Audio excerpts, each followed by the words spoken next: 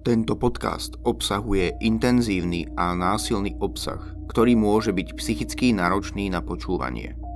Preto nie je vhodný pre osoby s citlivou povahou ani mladšie ako 18 rokov.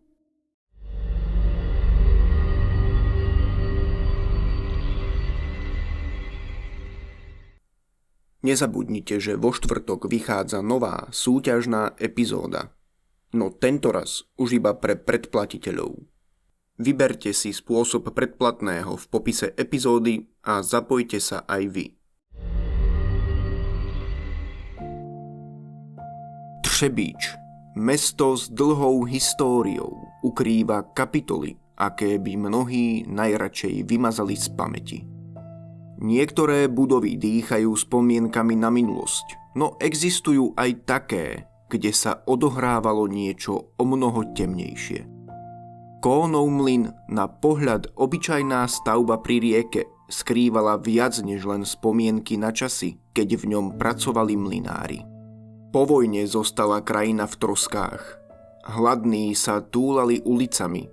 Zlodeji čakali na príležitosť a smrť sa stala bežnou súčasťou života. Práca sa hľadala ťažko. Mnohí prežívali zo dňa na deň, iní sa uchýlili k činom, aké by predtým nepovažovali za možné. Kónov mlyn nepredstavoval len útočisko pre tých, čo stratili všetko. Stal sa miestom, kde sa prežitie riadilo vlastnými pravidlami. Do veľkej miestnosti, rozdelenej len provizórnymi stenami, sa vtesnalo množstvo ľudí. Každý kút slúžil ako domov pre tých, čo nemali inú možnosť. Piecka v strede ponúkala slabé teplo. V zime sa na stenách tvorila vrstva ľadu. Vzduch bol ťažký, prenikal ním pach starého dreva, potu a niečoho neidentifikovateľného. Po nociach sa ozývali zvuky, ktoré nepatrili len spánku.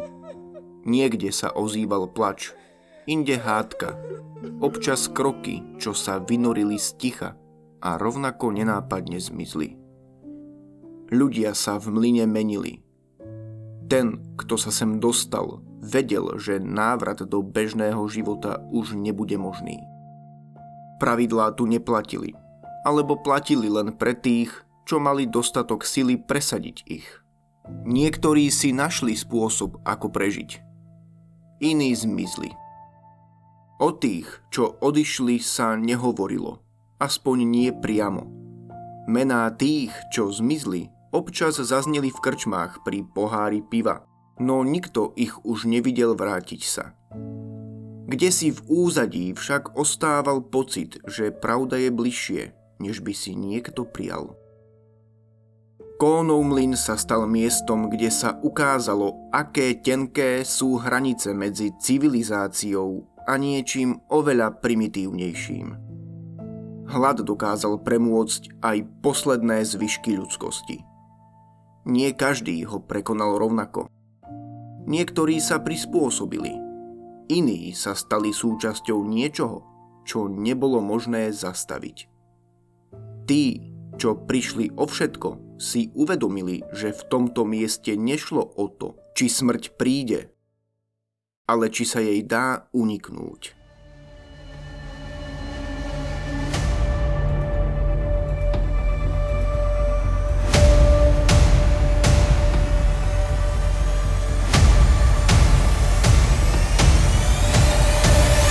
Myšlienky vraha.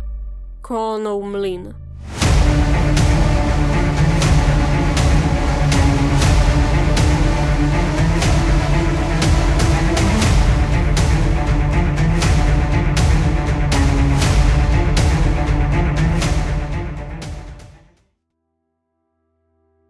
Kónov mlyn nebol len miestom, kde sa zhromažďovali tí, čo nemali kam ísť. Mnohí, čo tam bývali, nepatrili k tým, ktorí len prežívali zo dňa na deň. Niektorí našli spôsoby, ako si zabezpečiť viac než len teplé miesto pri piecke. Fejtovci patrili medzi ľudí, ktorí v mlyne žili dlhšie. Pôvodne bývali v chudobnej štvrti na okraji Třebíča, no po vojne sa dostali na úplné dno. Jan Fejta starší, bývalý obuvník, prišiel o svoju dielňu kvôli dlžobám a už roky prežíval z príležitostných opráv topánok. Svoj život trávil väčšinou pri stole, s fľašou v ruke a horkosťou v očiach. Do mlyna so sebou priviedol svojich 2 synov. Jozef Fejta, najstarší zo súrodencov, bol ten, kto v rodine preberal úlohu vodcu. Nikdy nemal stále zamestnanie, jeho jediným spôsobom obživy bolo podvádzanie a obchodovanie s kradnutým tovarom. Bol presvedčený, že prežiť znamená vedieť manipulovať ostatných. Tváril sa ako niekto, kto sa stará o svojich blízkych, no v skutočnosti mu išlo len o vlastné pohodlie. Jan Fejta mladší, jeho mladší brat, bol jednoduchší, menej dominantný a vždy v úzadí.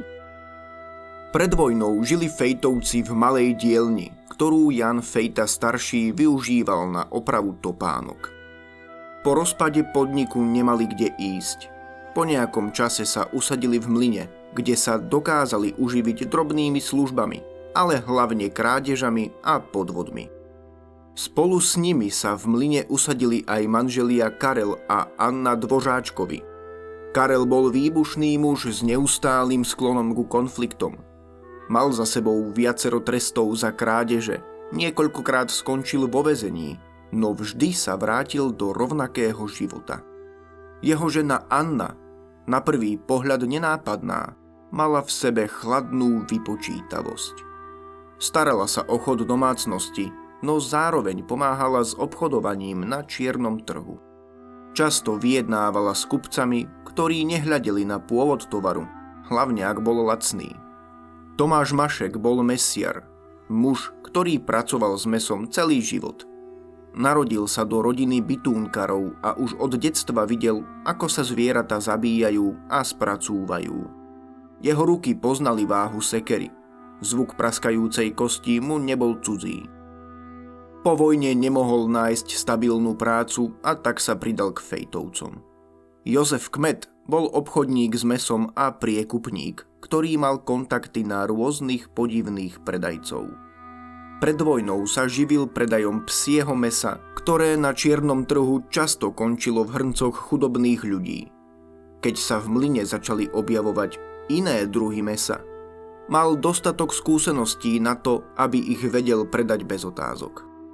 Mlyn bol v zlom stave, strecha zatekala, v zime sa vnútri držal mráz. Jedlo bolo vzácnosťou, peniaze takmer neexistovali. Tí, čo nemali možnosť pracovať, sa museli uspokojiť s minimum. Fejtovci však medzi takých nepatrili. Hľadali spôsoby, ako sa dostať k jedlu aj k peniazom, bez ohľadu na to, aké následky to bude mať. Počas vojny sa v mlyne objavili utečenci z Poľska. Niektorí prišli len na krátky čas, iní dúfali, že tu nájdu dlhodobejší úkryt. Medzi nimi boli aj muži, ktorí si so sebou priniesli peniaze alebo cennosti. Fejtovci sledovali, kto má čo pri sebe, kto prichádza a kto odchádza.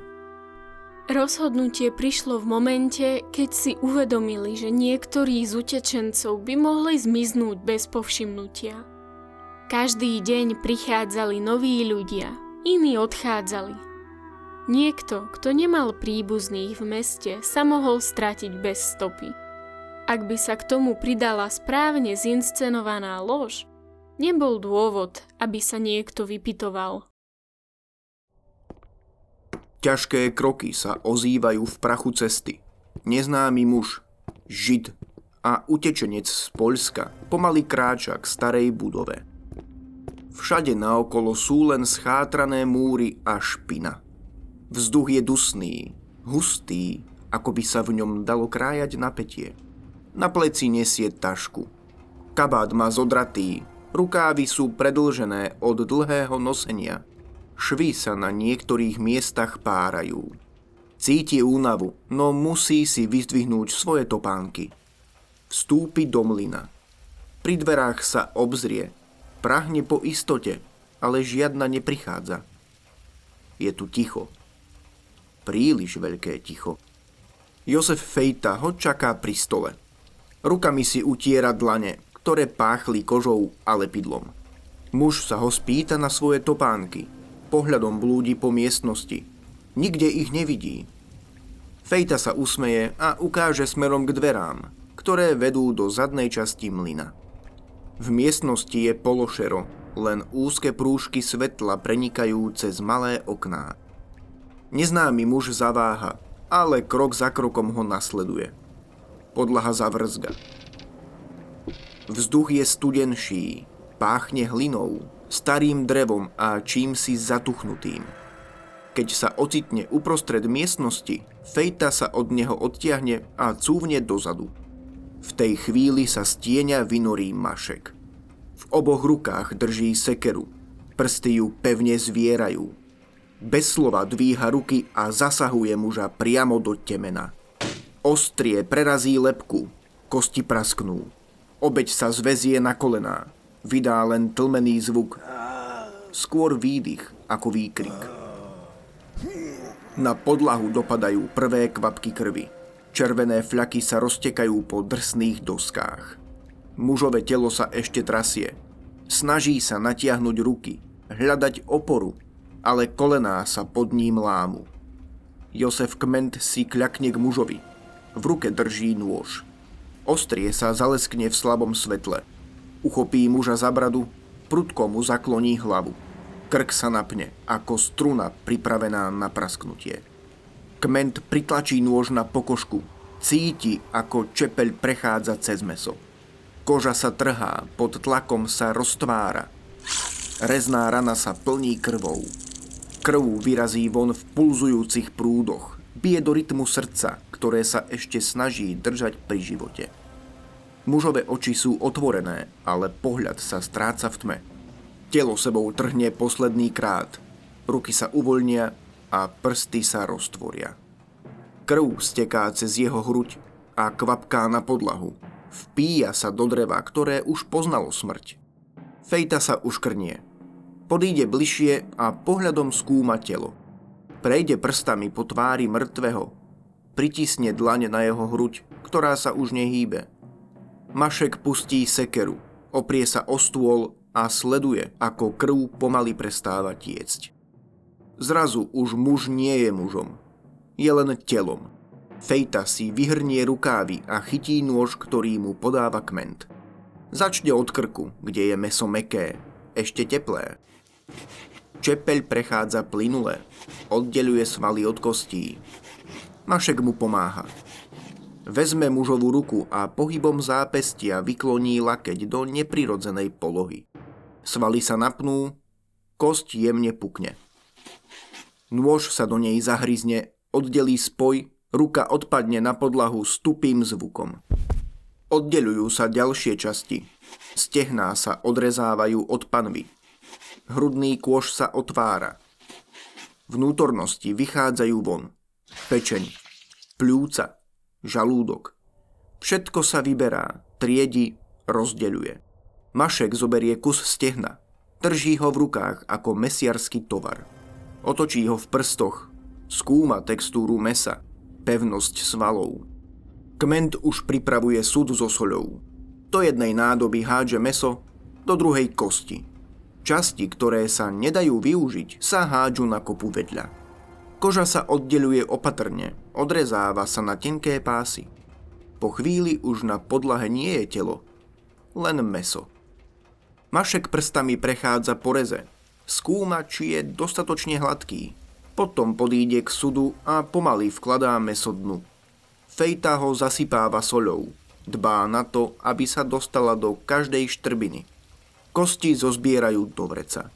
Neskôr ich odnesú k rieke. Tam ich pod rúškom tmy nahádžu do vody, kde sa o ne postarajú ryby a prúd. V mlyne zavládne ticho. Len dých vrahov sa ozýva po miestnosti. Fejta prechádza pohľadom po práci, ktorú vykonali. Mäso je pripravené, soľ sa doň vpíja a čoskoro bude pripravené na predaj. Mašek si utrie ruky do starej zástery a prehodí ju cez operadlo stoličky. Pozoruje, ako Kment zaviaže vrece s kostiami. Nikto nehovorí. Všetci vedia, že ráno sa na trhu objaví čerstvé mäso. Pôjde do rúk mesiarom, ktorí nekládli otázky. Pôjde do polievok tých, ktorí nemali na výber. A nikto nikdy nezistí, že to, čo jedia, nepochádza zo zvieraťa. Kónov mlyn sa zmenil na bitúnok. A v jeho útrobách sa nikto nestal iba obeťou. Všetci sa stali tovarom. Dievča bolo jednou z mnohých židovských utečencov, ktorí v dôsledku Prvej svetovej vojny opustili svoje domovy v Halíči a hľadali útočisko v bezpečnejších oblastiach. Bola mladá, len 18-ročná, bez rodiny či blízkych, ktorí by sa o ňu postarali. Třebíč bol pre ňu len prechodnou zastávkou, miestom, kde dúfala, že nájde bezpečie aspoň na niekoľko dní. Netušila, že Konov mlyn, kam ju osud zaviedol, sa stane jej posledným útočiskom. V čase, keď sa ocitla v mlyne, už medzi jeho obyvateľmi vládla atmosféra násilia a bezohľadnosti. Jozef Fejta, Karel Dvořáček a ich spoločníci sa neštítili zabíjať kvôli peniazom. Keď si uvedomili, že utečenci z Haliče nemajú v meste príbuzných, ich zmiznutie sa im zdalo ideálnou príležitosťou na obohatenie. 18-ročné židovské dievča mohlo byť náhodnou obeťou, niekým, kto sa ocitol v nesprávnom čase na nesprávnom mieste. Alebo sa mohla stať terčom pre niečo, čo vlastnila, cennosti, šperky, možno len zvyšky peňazí, ktoré mala pri sebe. Keď sa večer v mlyne zotmelo a ostatní obyvatelia sa ukladali k spánku, ona už bola vo vnútri pasce, z ktorej nebolo úniku. Jozef Fejta s kmentom sledovali, ako sa pohybuje po miestnosti, nevedomá toho, čo ju čaká. Keď sa k nej priblížili, zozadu na ňu dopadol prudký úder do temena. Zatackala sa, no skôr než stihla vykríknuť, nasledoval ďalší úder. Telo kleslo k zemi, no ešte sa hýbalo. Kment siahol po noži, ktorý mal vždy pri sebe a bez váhania jej ho zabodol do hrdla.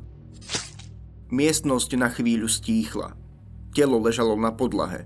Do dreva sa vpíjali tmavé škvrny krvi. Jozef Fejta skontroloval, či je mŕtva a prikývol. Nasledovala rutinná práca, na ktorú už boli zvyknutí. Telo odniesli do zadnej miestnosti, kde Mašek pripravil veľký drevený stôl. Začal rozrezávať jej telo na menšie kusy. Údery sekery dopadali presne. Kosti praskali pod tlakom. Kusy tela vložili do 3 vriec. Kment s Dvořáčkom ich ešte tú noc odniesli k rieke Jihlava. Po ceste sa rozhliadali, či ich niekto nesleduje, ale v týchto časoch sa ľudia v noci radšej nezdržiavali vonku. Prišli na miesto, kde sa rieka stáčala blízko kláštora. Každé vrece vhodili do vody a sledovali, ako ho prúd pohltil. Potom sa v tichosti vrátili späť do mlyna. Na druhý deň ráno nebolo po dievčine ani stopy. Nikto sa na ňu nepýtal. Nikto ju nehľadal. Mlyn zostal tichý a pokračoval vo svojom živote. Ako by sa nič nestalo. Keď sa Jan Fejta mladší vrátil z vojny v septembri 1918, mlyn, ktorý kedysi poznal, sa zmenil. Nebol už len domovom chudoby a špiny. Stal sa miestom, kde sa ľudia menili na mäso. V miestnosti, kde kedysi spával, stálo 5 škopkov naplnených nasoleným mäsom. Neopýtal sa, čo to je. Nemusel. Jeho otec Jan Fejta starší a brat Jozef Fejta mu všetko vysvetlili priamo. V mlyne sa zabíja. Už 3 Židia zmizli, ich telá boli porciované, kosti nahádzané do rieky Jihlavy. Mäso sa nestrácalo, využívalo sa, predávalo sa ako psie, alebo jednoducho skončilo na ohni. Jan Fejta mladší sa nepostavil na odpor. Možno bol zničený vojnovými skúsenosťami. Možno pochopil, že v tomto mlyne už niet cesty späť. O niekoľko dní neskôr prišla ďalšia obeť. Židovský utečenec, osamelý muž, ktorý sa ocitol na nesprávnom mieste. Už vedel, ako to dopadne. Sekera dopadla na jeho hlavu, telo padlo na zem, krv sa vpila do dosák. Jan Fejta mladší nemal zbraň v ruke, no ani neodvrátil zrak. Stál pri dverách a strážil. Mal zabezpečiť, aby nikto neprišiel a aby vražda prebehla hladko. Bol to jeho prvý, skutočný krok do hlbín Kounovho mlyna. Keď bolo po všetkom, pomohol odniesť telo do zadnej miestnosti. Nezasahoval, len sledoval, ako Mašek precízne pracuje s nožom, ako kment oddeľuje mäso od kostí. Prvá vražda, pri ktorej bol, už bola za ním. Teraz bol súčasťou tohto sveta. Neozval sa, nepýtal sa, len urobil, čo sa od neho čakalo. Po skončení prvej svetovej vojny sa mnohí vojaci vracali domov, aby obnovili svoje životy. Medzi nimi boli aj bratia Bartolomej a Matouš Polický. Bartolomej, hodinár, a Matouš, truhlár, sa po návrate z frontu ocitli v ťažkej situácii. Ich domov bol zničený a nemali kam ísť. Hľadali miesto, kde by mohli začať odznova a pokračovať vo svojich remeslách. V decembri 1918 sa dopočuli o Kounovom mlyne, ktorý poskytoval útočisko pre ľudí bez domova. Mlyn bol známy tým, že ponúkal strechu nad hlavou tým, ktorí to najviac potrebovali. Bratia sa rozhodli dočasne sa tam usadiť, dúfajúc, že nájdu miesto na život, prácu a časom si niečo našetria. Po príchode do mlyna si zriadili malé dielne, kde pokračovali vo svojich remeslách. Ich cieľom bolo našetriť si peniaze na vlastné bývanie a začať nový život. Ich prítomnosť však neunikla pozornosti ostatných obyvateľov mlyna, najmä Josefa Fejtu a Karla Dvořáčka, ktorí si všimli, že bratia majú nejaké úspory. V prostredí, kde vládla chudoba a zúfalstvo, sa túžba po rýchlom zisku stala pre niektorých neodolateľnou. Fejta a Dvořáček začali plánovať, ako sa zmocniť peňazí bratov Polických. Ich rozhodnutie bolo nemilosrdné a brutálne, čo viedlo k tragédii, ktorá navždy poznačila históriu Kounovho mlyna. Jozef Fejta a Karel Dvořáček vedeli, že bratia Polickí majú u seba značnú sumu peňazí. V mlyne sa o tom potichu hovorilo, no nikto netušil, že sa chystá niečo strašné. Ani jeden z nich nechcel riskovať, že by bratia odišli a zobrali svoje úspory so sebou. Ich plán bol jednoduchý. Omámiť ich alkoholom a potom sa ich zbaviť. Večera sa konala v jednej z miestností mlyna, kde sa schádzali obyvatelia. Na stole bolo jedlo, ale hlavne veľa rumu, ktorý mal hrať kľúčovú úlohu. Fejta a Dvořáček sa tvárili priateľsky. Nalievali bratom stále ďalšie poháre. Povzbudzovali ich, aby sa uvoľnili. Matouš, ako starší z bratov, pil s mierou, ale Bartolomej bol uvoľnenejší, čo bola presne situácia, ktorú vrahovia chceli dosiahnuť. Keď večer pokročil a alkohol začal účinkovať, Fejta a Dvořáček vedeli, že nastal čas konať. Bartolomej bol už takmer neschopný pohybu, takže bolo jednoduché ho zabiť. Prvý útok prišiel nečakane. Dvořáček chytil sekeru a s plnou silou ju zaťal do Bartolomejovej hlavy. Zvuk rozdrvenej lebky sa rozľahol miestnosťou, no všetko sa odohralo rýchlo a ticho. Bartolomejové telo sa zrútilo k zemi a krv začala presakovať medzi škárami drevenej podlahy. Matouš sa prebudil na tupý náraz. Oči sa mu rozšírili, keď videl telo svojho brata bez života. Nezaváhal a pokúsil sa postaviť, ale Dvořáček bol rýchlejší. Prudký úder do spánku ho ochromil, ale stále sa snažil vzdorovať. Bol však v nevýhode. 2 proti 1. Alkohol v krvi. Úder do hlavy. Dobitie prebehlo rýchlo a bez výčitiek. Mašek, Mesiar so skúsenosťami bol pripravený na svoju úlohu. Vrahovia brali vraždu ako prácu, ako povinnosť, ktorá musela byť vykonaná. Telo Bartolomieja a Matouša bolo prenesené do zadnej miestnosti mlyna, kde zostalo ležať do neskorých nočných hodín. Vrahovia sa zhodli, že najbezpečnejšie bude zbaviť sa tiel čo najrýchlejšie, aby nevyvolali podozrenie medzi ostatnými obyvateľmi mlyna. Mašek a Dvořáček prevzali úlohu zakopania mŕtvol, pričom si vybrali miesto nedaleko mlyna, kde pôda bola mäkká a dostatočne vzdialená od hlavných ciest. V tichosti preniesli telá na miesto, kde už bola pripravená plitká jama. Ruky a tváre bratov ešte stále niesli stopy zápasu. Ich oblečenie bolo nasiaknuté krvou. Bez ďalších slov ich položili do vykopanej jamy. Prikryli zeminou a udúpali pôdu, aby miesto vyzeralo nenápadne.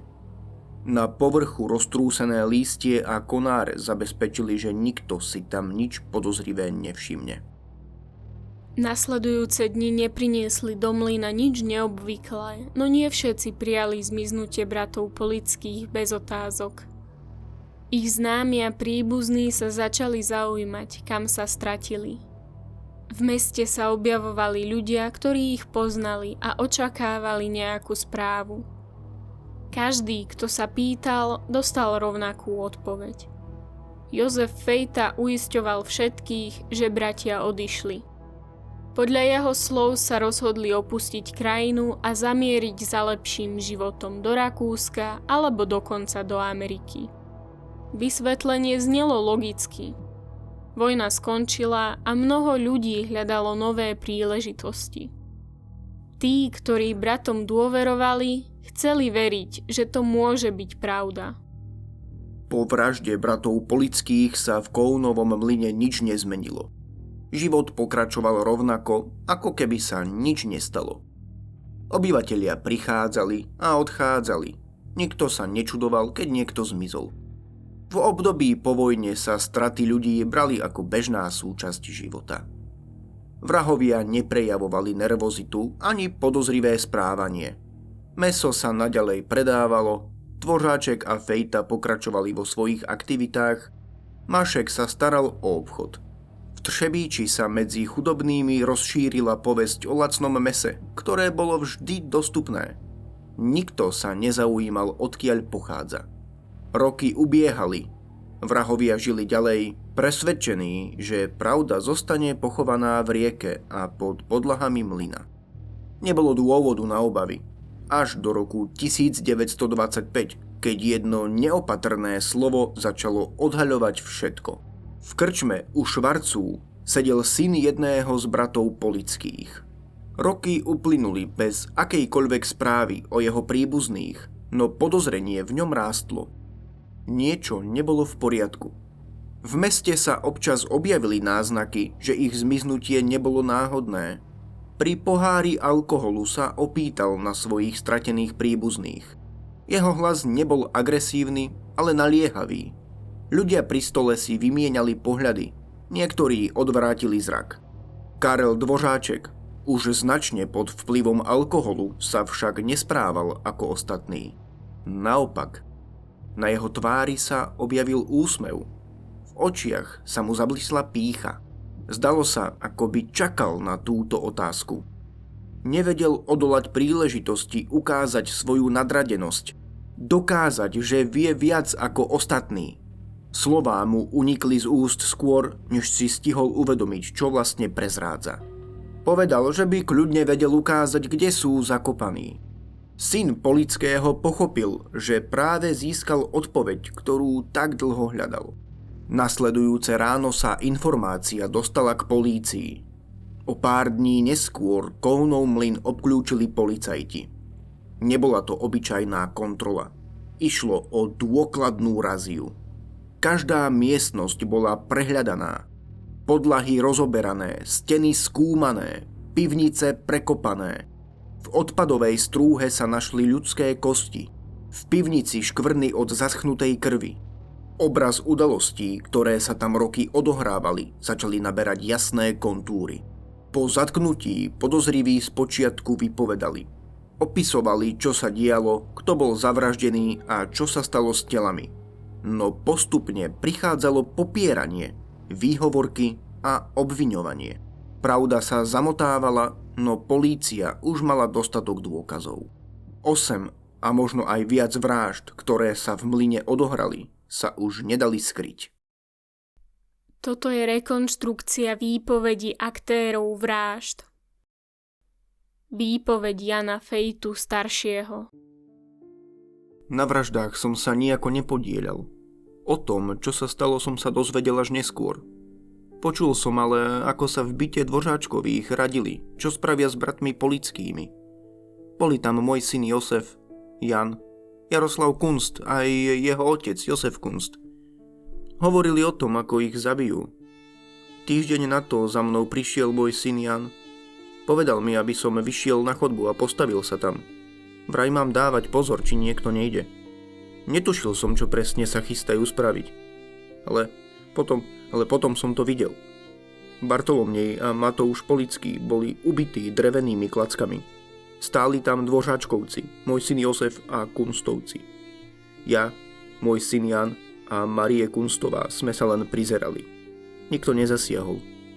Potom sme všetci spolu vykopali hrob na dvore mlyna. Telá tam boli hodené. Na druhý deň som sa vrátil na miesto, kde sme ich pochovali. Chcel som sa presvedčiť, či je všetko prikryté. Pôda bola rovná a nič nevyčnievalo. Až neskôr som sa dozvedel, že môj syn Josef hovoril, že videl trčať nohu. Keď ma priviedli do mlyna, aby som ukázal, kde tela ležia, nevedel som to označiť presne. Mlyn prešiel prestavbou, dvor už nevyzeral rovnako. Ale viem, že tie telá sú stále tu. Nikdy som nepočul, že by ich telá boli rozsekané a hodené do rieky. O tom nič neviem. Čo sa týka tých Židov, o ktorých hovoril Karel Dvořáček, ja o tom nič neviem. Opravoval som im topánky, všimol som si, že mali veľa prsteňov a peňazí. Spomínal som to aj svojmu synovi Josefovi. Viem, že po ich peniazoch veľmi túžil. Veľmi dobre som vedel, aký je. Vždy rozhadzoval peniaze na alkohol. Často som ho videl, ako nesie veľkú fľašu vína k Dvořáčkovým, ale mne nikdy nič nedal. Nechcem kryť svojho syna. Viem, že sa zaplietol do zlých vecí, ale ja s tým nič nemám. Výpoveď Jana Fejtu mladšieho. Keď som sa vrátil z vojny v septembri 1918, zistil som, že v Kolnovom mlyne sa odohrávajú veci, o ktorých som predtým nič nevedel. V jednej z miestností som videl 5 škopkov so soleným mäsom. Nechápal som, odkiaľ pochádza, no bolo mi povedané, že ide o mäso z 3 Židov, ktorých môj brat Jozef Fejta spolu s Dvořáčkovými zavraždil. Tvrdili mi, že mäso bolo naložené do soli, ktorú ukradli v Pohankovom mlyne.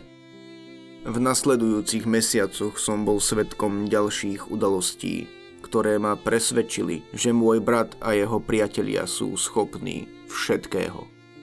Keď prišlo na vraždu bratov Polických, dozvedel som sa o tom až neskôr od svojho brata. Tvrdil mi, že mu pomáhali dávať dole trám, no ten na nich spadol a omráčil ich. Následne vzal sekeru a zabil ich. Viac sme sa o tom nebavili. Neskôr som však pochopil, že to nebola pravda. Bol som prítomný pri tom, keď sa o ich smrti rozhodovalo. Josef a Karel prišli s nápadom, že ich zavraždia, pretože mali pri sebe peniaze. Anna Dvořáčková navrhla, že ich opijú rumom, aby neboli schopní sa brániť. Pri tomto rozhovore bol aj môj otec a manželia Kunstovi a ďalší. Nechcel som sa do toho zapliesť, no keď prišla noc, povedali mi, že mám dávať pozor, aby nás pritom nikto nevyrušil. Čo sa týka peňazí, bol som svedkom toho, ako sa korisť delila. Dvořáček a môj brat mi ponúkli podiel, no ja som nič neprijal. Vedel som, že ak by som s nimi nesúhlasil, mohli by ma zabiť rovnako ako Polických. Viackrát sa mi vyhrážali, že ak čokoľvek poviem, skončím ako oni. Neskôr som sa dozvedel, že ľudské mäso bolo predávané ako psie. Josef Kment a Tomáš Mašek ho vyúdili a predávali chudobným, ktorí si mysleli, že kupujú psie mäso. Môj brat Josef a otec hovorili, že o mäso bol záujem a mali preň odberateľov. Títo muži prišli do mlyna, zaplatili zaň a neskôr ho Kment s Maškom odviedli na nádražie. Časti tiel, ktoré sa nedali využiť, boli zabalené do vriec a hodené do rieky Ihlavy za nemocnicou. Jednej noci som sledoval, ako ich tam niesli. Manželia Dvořáčkovi, Tomáš Mašek, Josef Kment a môj brat Josef Fejta išli cez koľaje až k rieke, kde postupne hádzali vrecia do vody. Nechcel som sa na tom podieľať, no bál som sa, že ak prehovorím, zabijú ma. Výpoveď Josefa Kmenta. S vraždami v Kónovom mlyne nemám nič spoločné. Nikdy som sa na žiadnom takomto čine nepodieľal. Neviem nič o osude bratov Polických, ani o vraždách židovských utečencov. Nikdy som neodvážal žiadne škopky s mäsom z mlyna, ani som neodnášal vrecia s telami k rieke. To sú len vymyslené obvinenia. S rodinou Fejtovcov som nemal žiadny vzťah. Nestýkali sme sa a už vôbec sme nespolupracovali. Celé toto vyšetrovanie je omyl. Nikoho som nezabil, ani som pri žiadnej vražde nebol. Výpoveď Tomáša Maška. Neviem, prečo ma niekto obviňuje. S vraždami v Kónovom mlyne nemám nič spoločné. S Fejtovými som sa nikdy nestýkal. S Dvořáčkovými som mal dokonca nepriateľský vzťah. Moja žena a Anna Dvořáčková sa raz pohádali a pobili. Odtedy medzi nami nebolo nič dobré. Do Kónovho mlyna som sa presťahoval až potom, čo odtiaľ odišli židovskí utečenci. Predtým som tam nikdy nebol. Keď som sa tam nasťahoval, bratia Polickí tam ešte stále žili. Nikdy som neodvážal mäso z mlyna, nikdy som neodnášal vrecia s telami. Čo sa týka môjho obchodovania so psím mäsom, začal som s ním až rok po vojne. Predtým som pracoval na staročeskom nádraží, kde som sa živil prepravou batožiny. Keď som sa začal venovať obchodu s mäsom, v Kónovom mlyne som už dávno nebýval. To, čo sa o mne hovorí, sú len lži. Nikoho som nezabil, na ničom z toho som sa nepodieľal. Obžaloba nadobudla právoplatnosť 3. augusta 1925 a hlavné pojednávanie sa začalo 22. októbra toho istého roku. Pred súdom stálo 8 obvinených, z ktorých Tomáš Mašek, Josef Kment, Josef Kunst a Jan Fejta starší boli oslobodení. Jozef Fejta, Karel Dvořáček a Anna Dvořáčková dostali doživotný trest za úkladnú vraždu bratov Polických, pričom Jan Fejta mladší bol odsúdený na 9 mesiacov za podiel na lúpeži.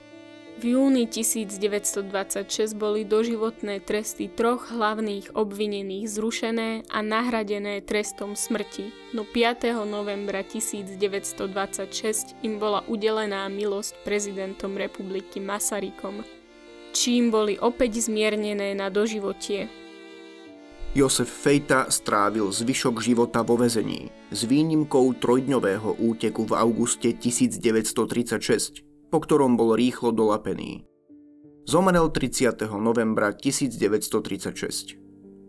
Anna Dvořáčková sa neúspešne snažila o milosť a posledné 2 roky života bola pripútaná na lôžko. Zomrela 14. septembra 1939 na rakovinu žalúdka. Karel Dvořáček bol jediný z trojice doživotne odsúdených, ktorý sa dočkal prepustenia. Stalo sa tak 3. júla 1948 so skúšobnou dobou na 10 rokov. Po tomto období zmizol z verejného záznamu a jeho osud zostal neznámy. Kónov mlyn, miesto, kde bieda prešla do zúfalstva a zúfalstvo do čistého zla, pohltilo všetkých, ktorí sa v ňom ocitli. Čas zahalil pravdu prachom, no nie všetko sa dá pochovať. Niektoré tiene nezmiznú, len sa naučia mlčať.